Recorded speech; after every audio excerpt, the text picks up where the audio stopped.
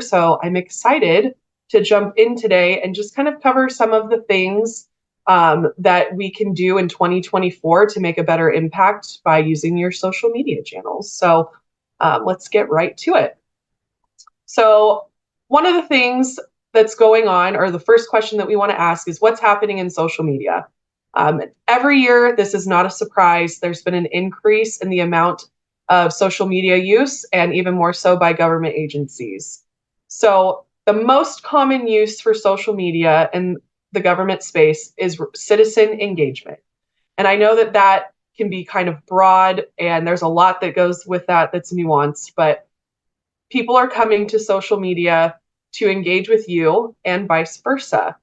So let's go through a little bit more of some fine-tooth data. Here's some quick numbers on how often social media is being used in general. So the time spent online by the average person has increased by 30% in the last year. We're spending way more time online than we ever have before. And 30% is a huge leap in online consumption. We're doing all of our shopping online, we're getting all of our news online, and we're connecting with people online. It's literally the first place we go for everything. So, just to look at it from an even closer view, every minute there are 66,000 photos and videos shared on Instagram.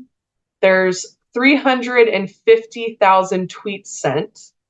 2.1 million people are active on Facebook right now, and there are 6.3 million Google searches going on. So there's a lot of action happening at any given moment. So what does that mean specifically in the government space? And how are you relying, and how are people relying on you to use social media to communicate? So like I said already, 90% of social media posts made by government agencies are to engage citizens. 75% are using social media to share critical response communications. I'm sure that everyone in this call right now has done either or both, probably in the last 90 days. So, a decade ago, adoption of social media was the problem that everyone was facing. Now we've gotten to that adoption phase and well beyond it. So, what's the new problem that we're facing? It's getting our messages through, and how do we best reach the people that we're trying to reach? So there's a few things that we can understand to help maintain a high level of engagement and trust and transparency with your residents. One thing that I do want to ask, this is a poll question, so if you guys can jump in and answer, is how many social media channels do you currently use? And we'll give you guys a few minutes to answer, and then we'll share after we've gotten a few, most of the responses, or it's kind of leveled off as far as the voting goes. We'll share what the average is.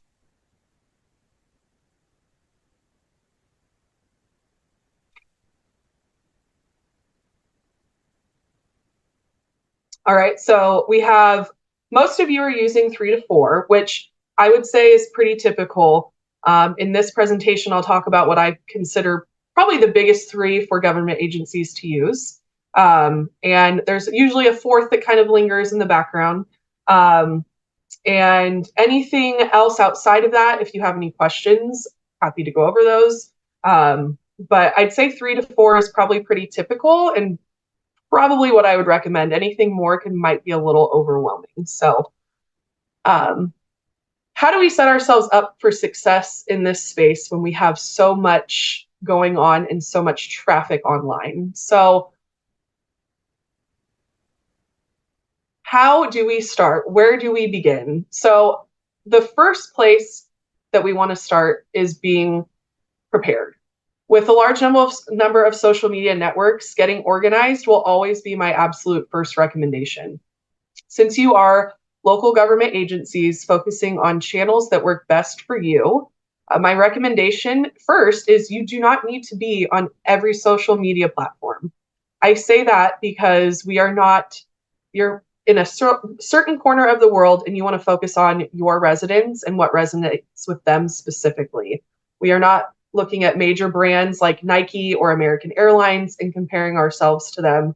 We're in a very unique space. So identifying what networks work the best or where you have the most residents engaging with you and reaching out is where I would absolutely recommend you put your focus. So you have a very special brand, and it's worth it to put your energy into those channels that are actually going to make an impact for you. So where do we start? Let's look at what accounts we do have.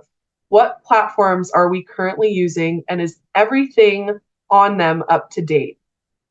Your Facebook page, for example. Is your web address correct? Is your contact phone number correct? Your hours of operation, just the littlest things. Anything that's a profile attribute, let's make sure that it's up to date.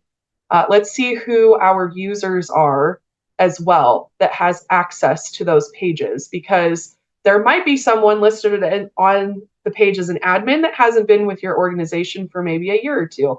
And that's okay. I think that happens to everybody. I've had it happen to me before where I've started a job and I said, who is this person? And it's no big deal. You can update it at any time. But let's make sure that those are cleaned up.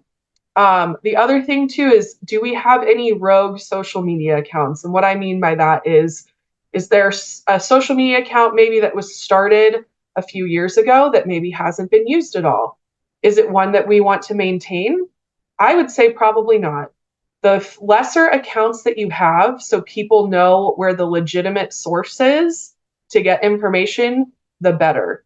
So any rogue social media accounts, like an Instagram account that was made for an event that was in 2021, if you're not using it anymore and it's not of any use, I would suggest maybe taking it down or repurposing it for something else. But like I said, you want to make it as easy as possible for people to find your social media accounts. There's already enough out there. Make it super easy so you're the one and only and they know where to go. One of the other things that I think I see often is we check it once and then we don't check it again. So if you haven't done this already, we have a biannual checkup list that I always recommend that gives you a few things to run through that are housekeeping items that helps you lay the foundation, if you will. So then when you do it the second time, a third time, it's less work, but it helps you stay organized, keeps your accounts secure, which is another very important thing I want to stress. Make sure your accounts are secure. If you haven't changed a password in a while, it might be time to do so. If you're wondering, how the heck do I keep track of this? I would create a database. I know personally that we use a database for accounts, and it is super helpful. All you need are 3 pieces of information: the network or platform name, the page name, and I usually link directly to this page so it's very easy to get to, and a list of admins who has access. That way you know if someone gets locked out, who can we talk to that can help us out. Always have at least 2 people that are admins is my other piece of advice. That way you can't get fully locked out and there's always a backup. The other thing that I want to say is, if you have several people that have access, is everyone an admin, or can we level down some of those? You really only need a couple admins. A few contributors is always excellent, but kind of paring down that admin access will help keep your account secure. And lastly, if you have third-party social media tools like social media archiving or Hootsuite, make sure that your accounts are connected to those tools so they can do their jobs properly. If we don't have social media archiving set up, it's not saving your posts, and we don't want that for you, especially when you've made an investment in your social media compliance. That's one example. Policy and practices come last, and heavily rely on your social media policy.